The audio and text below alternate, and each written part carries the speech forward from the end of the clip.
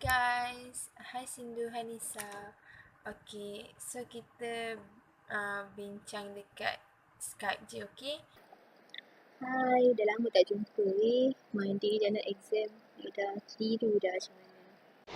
Hai, hai Sindu, hai Wani. So now I would like to share a little bit about the general background of Malaysia. So the Federation of Malaysia, formed in 1963, originally consists of Malaya, Singapore, Sabah and Sarawak. Due to international political tension, Singapore was obliged to leave in 1965. Malaya is now known as Peninsular Malaysia, and the two other territories on the island of the Borneo as East Malaysia. Prior to 1963, these territories were under British rule for varying periods from the late 18th century. Malaya gained independence in 1957, Sabah and Sarawak in 1963, and Singapore full independence in 1965. Malaysia has a long history of international valued export, being known from the early centuries as a source of gold, tin, and exotics such as bird feathers, edible bird nests, aromatic wood, etc. The commercial importance of the area was enhanced by its strategic position toward the seaborne trade routes from the Indian Ocean to East Asia. So merchants from both these regions, Arabs, Indians, and Chinese, regularly visit. From the early 16th century, the area was increasingly penetrated by European trading interests. First, the Portuguese from 1511, then the Dutch East India Company, VOC, in 1602 in competition with the English East India Company, EIC, in 1600 for the trade in pepper and various spices. By the late 18th century, the VOC was dominant in the Indonesian region, while the EIC acquired bases in Malaysia, beginning with Penang in 1786, Singapore in 1819, and Malacca in 1824. Overall, production in the pre-modern economy was relatively small in volume and technologically undeveloped. The capitalist sector, already foreign dominated, was still in its infancy. In the 19th century witnessed an enormous expansion in world trade, which between 1815 and 1914 grew on average at 4 to 5% a year compared to 1% in the preceding 100 years. The driving force came from the Industrial Revolution in the West, which saw the innovation of large-scale factory production of manufacturing goods made possible by technological advance, accompanied by more efficient communications. Example like railways, trucks, steamship, international canals, and telegraph, which speeded up the greatly lowered the cost of the long distance trade. So, industrializing countries required ever larger supplies of raw materials as well as foodstuff for the growing populations. Um, Regions such as Malaysia, with ample supplies of virgin land and relative proximity to trade routes, were well placed to respond to this demand.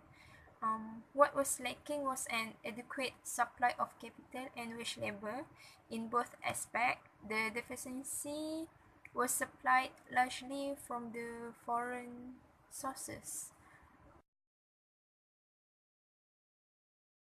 Next, I will talk about the source, and first is about the tin. Besides the ample land, the Malay Peninsula also contains substantial deposits of tin. International demand for tin rose progressively in the 19th century due to the discovery of the more efficient method for producing tin plate for canned food, and at the same time deposits in major suppliers such as Cornwall, England had been largely worked out, thus opening an opportunity for new producers. Okay, traditionally, tin had been mined by Malays from ore deposits close to the surface. Difficulties with flooding limited the depth of mining. Furthermore, their activity was seasonal. From the 1840s, the discovery of large deposits in the peninsula states of Perak and Selangor attracted large numbers of Chinese migrants who dominate the industry in the 19th century, bringing new technology with improved ore recovery and water control. Next is rubber. While tin mining brought considerable prosperity, it was a non-renewable resource. In the early 20th century, it was the agricultural sector which came to the forefront, had boomed briefly, but were hard pressed to survive severe price swings and the pests and diseases that were endemic in tropical agriculture. Cultivation of rubber yielding trees became commercially attractive as a raw material for new industries in the West, such as for tires, especially in the US. As a result of this boom, rubber quickly surpassed tin as Malaysia's main export product, a position that it was a hold until 1980. Okay, Malaysia had a very few secondary industries before World War II. The little that did appear was connected mainly with the processing of the primary exports, rubber and tin, together with limited production of manufactured goods for the domestic market. So, much of this activity was Chinese-owned and located in Singapore.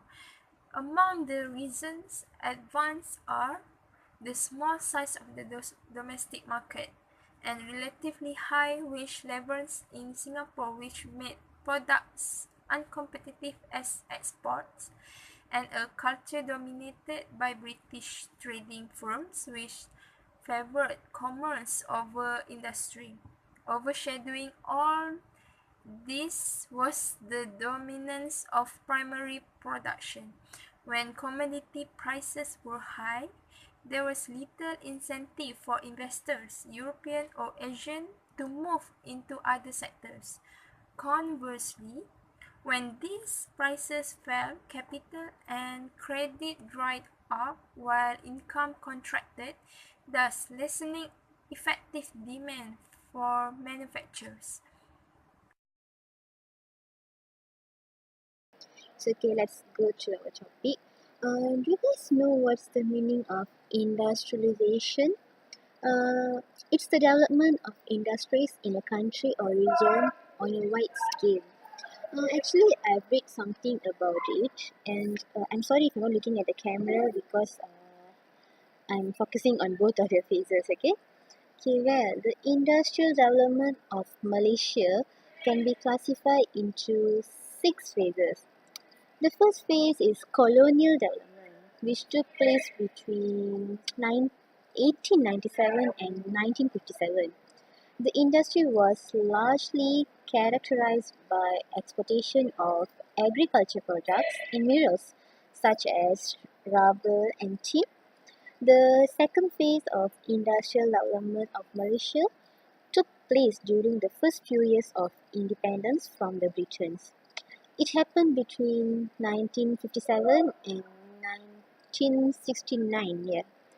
The main characteristic of the second industrialization phase was import substitution industrialization strategy. It is an industrialization strategy where a country substitutes its imports by locally manufactured goods. By the way, the third industrialization phase, which took place between 1970 and it was 10 years, so 1980, yeah, 1970 till 1980, was export-orientated industrialization strategy. It is an industrialization strategy characterized by exportation of industrial goods to external markets. Then Malaysia reintroduced the import substitution industrialization strategy, and it was in 1981 until 1986 when it reverted to export-orientated industrialization strategy. The Asian crisis and its recovery period form the fifth industrialization phase.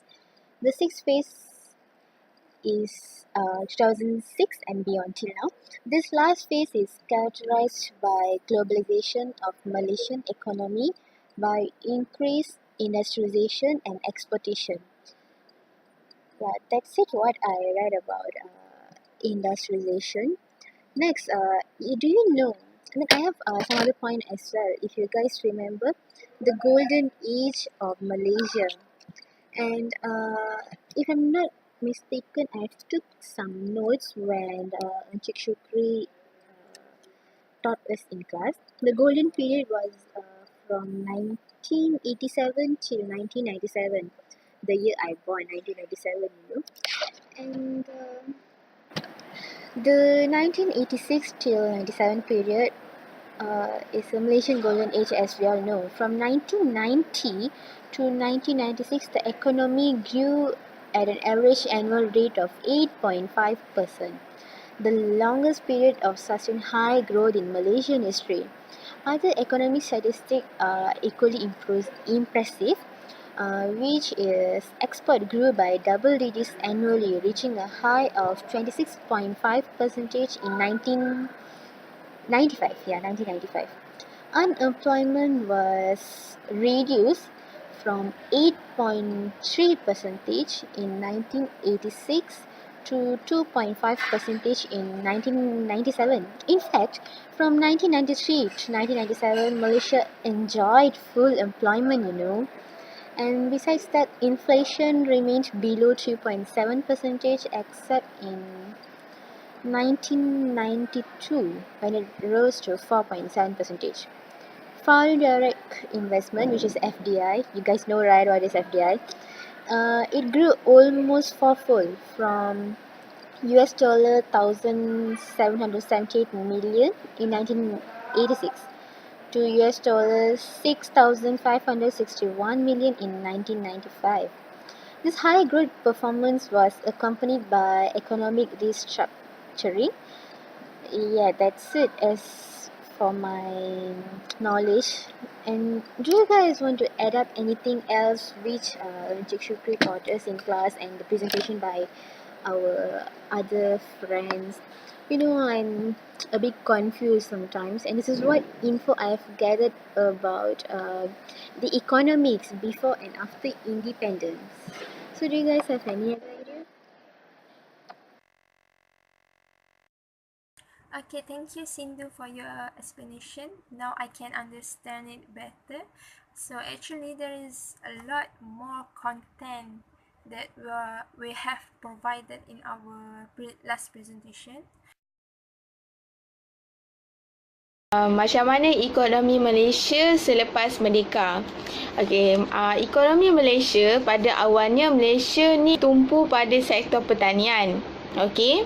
Tapi pada akhir tahun 1960-an, maksudnya pada nak masuk ke selepas dasar ekonomi baru dilancarkan, okey, Malaysia pada melakukan pembangunan ekonomi yang diasaskan kepada pembangunan teknologi dan peralihan dari industri gantian import kepada industri berorientasikan ekspor.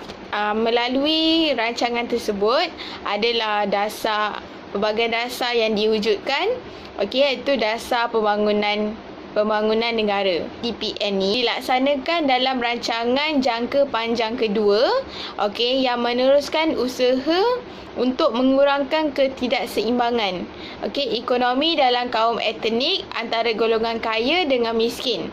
Okey. Dasar pembangunan negara ni dia banyak tumpukan kepada pembasmian kemiskinan relatif. Okey. Lepas tu dia antara strategi dasar pembangunan negara adalah melalui program pembasmian rakyat miskin. Okey, lepas tu memberi pendidikan latihan untuk belia luar bandar.